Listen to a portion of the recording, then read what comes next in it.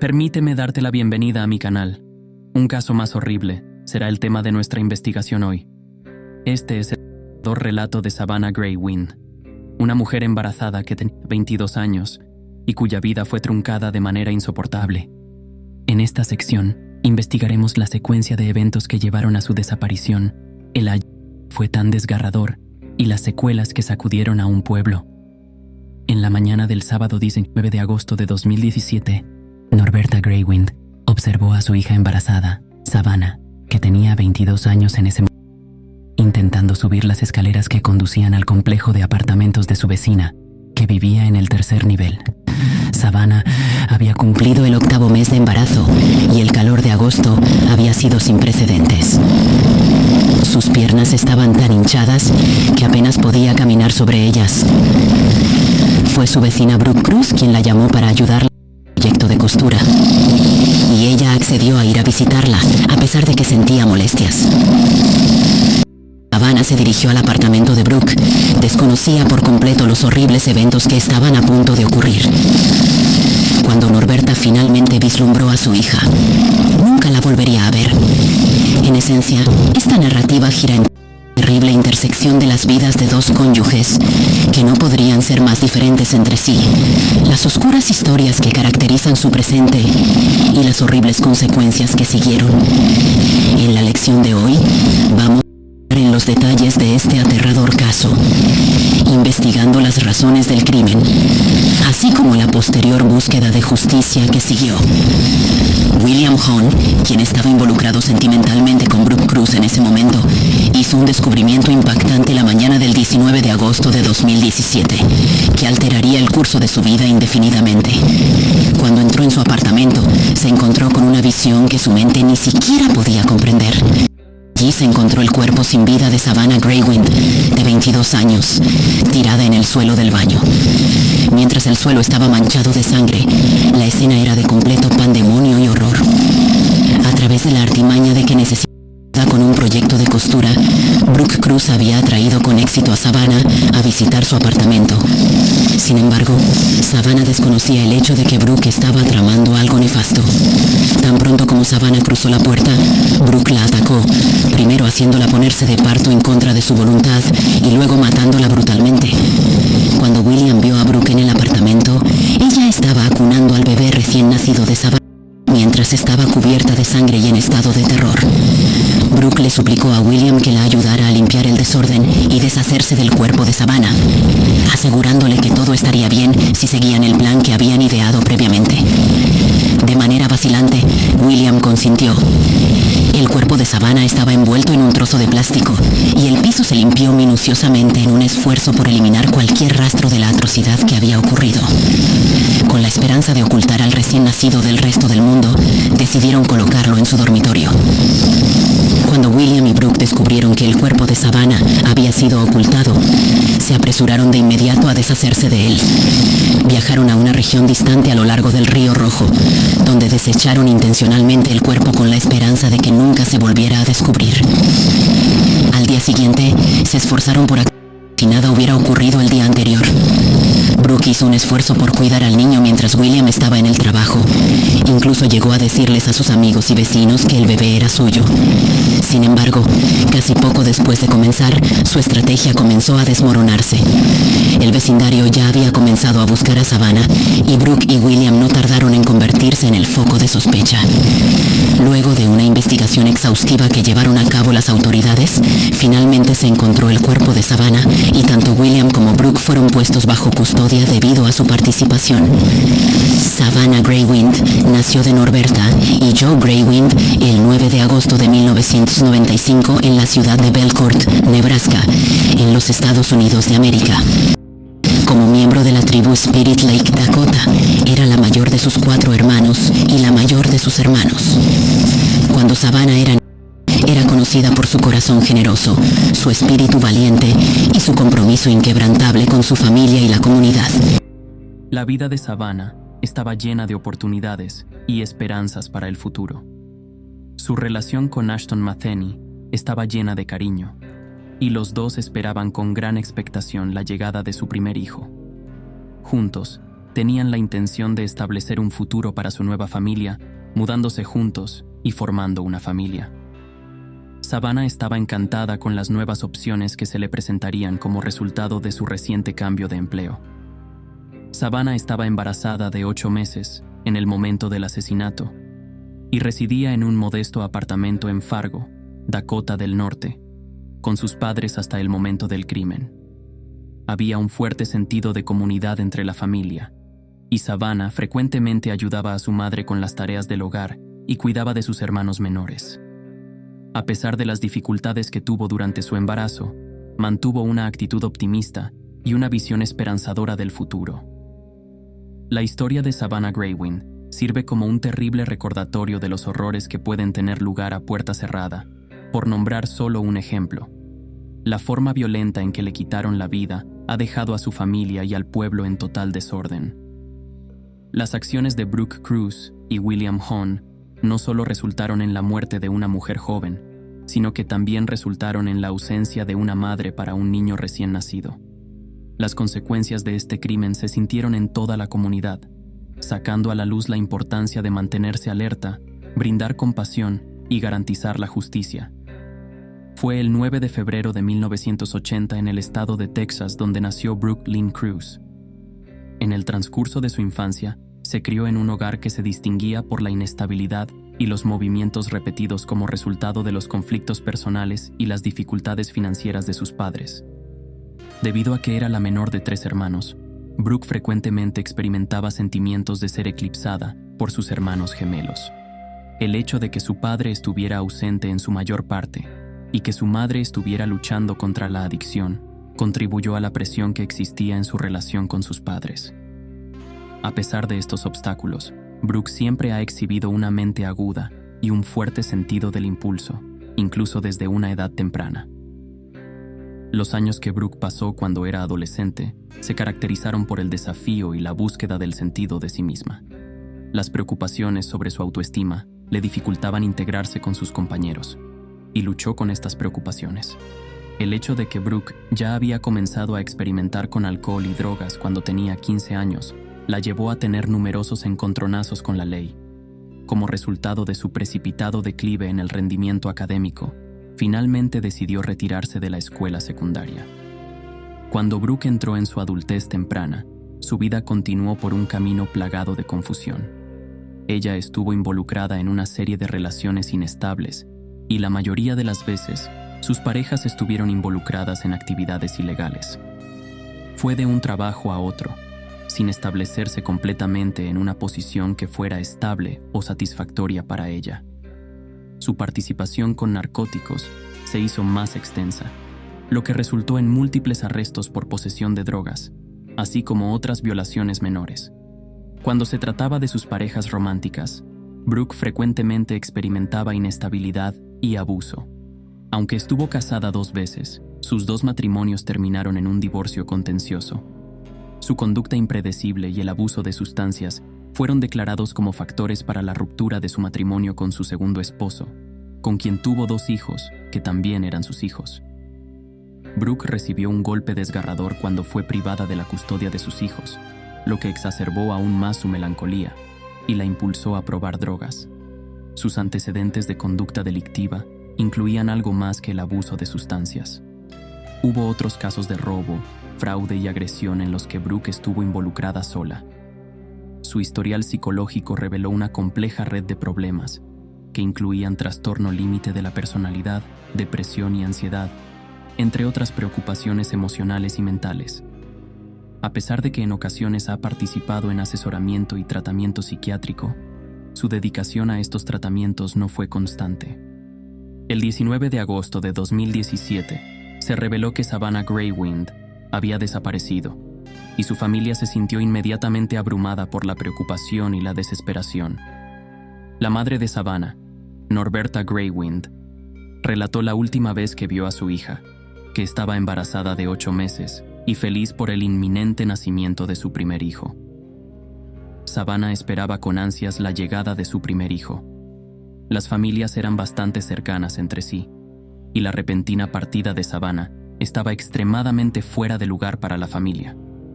Se notificó oportunamente a las autoridades y se inició una búsqueda inicial. Los oficiales realizaron una búsqueda en las áreas circundantes, así como en el vecindario, y hablaron con los residentes. Además de la distribución de volantes que incluían la foto de Savannah, su familia también recurrió a las redes sociales en un esfuerzo por solicitar cualquier información que condujera al descubrimiento de su ubicación.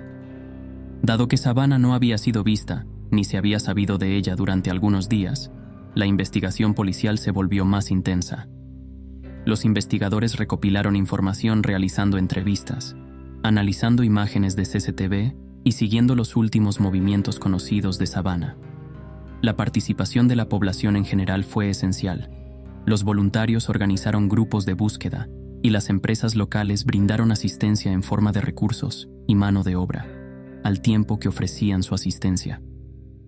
Savannah fue objeto de una gran atención de los medios, lo que aumentó la presión ejercida sobre las autoridades para localizarla. Un gran avance se produjo cuando la policía recibió un aviso que los llevó al apartamento de Brooke Cruz y William Hone. Al ingresar a la residencia, los oficiales se sorprendieron al encontrar a un bebé recién nacido sano, un bebé que Brooke afirmó que era suyo. Sin embargo, su historia rápidamente comenzó a desenredarse. Las inconsistencias en el relato de Brooke eran evidentes.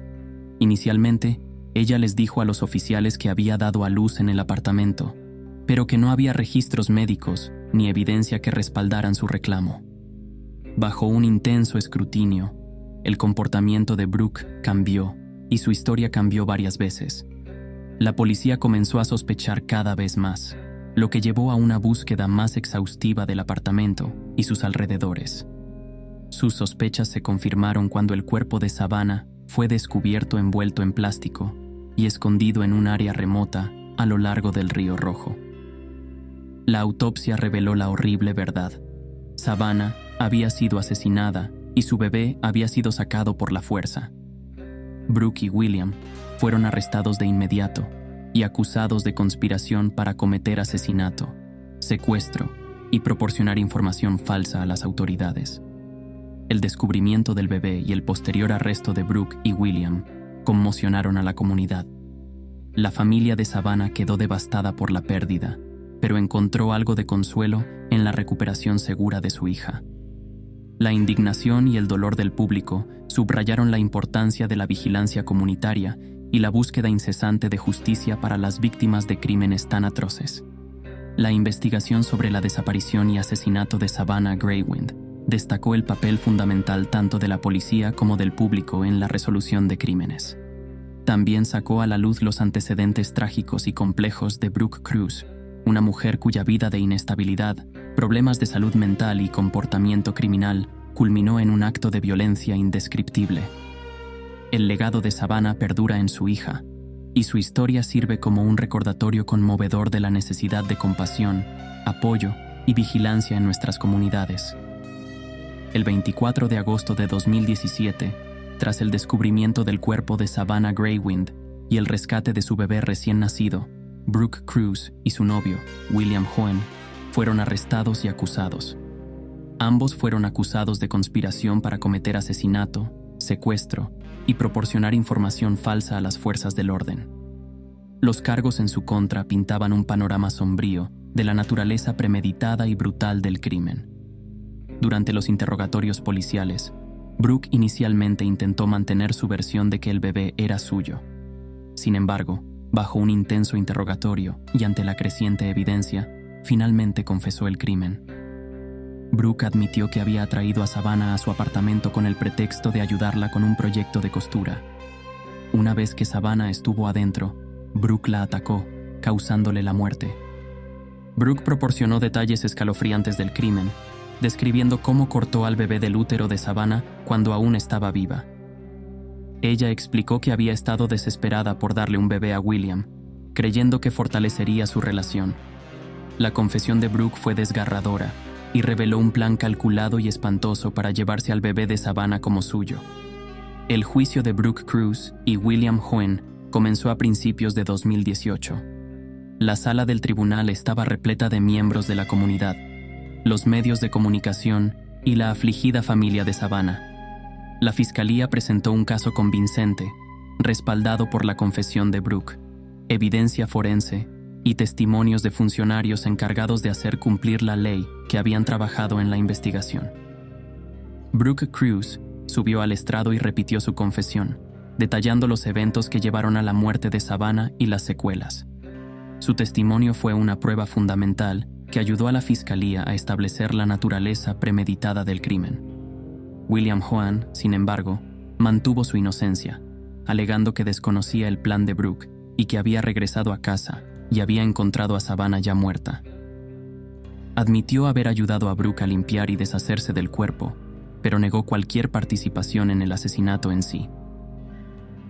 En febrero de 2018, Brooke Crews fue declarada culpable de todos los cargos.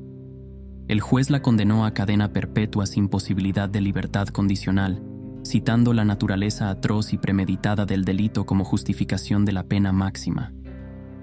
La conducta de Brooke permaneció estoica mientras se leía la sentencia, pero el impacto de sus acciones fue evidente en las reacciones emocionales de la familia y amigos de Savannah presentes en la sala del tribunal.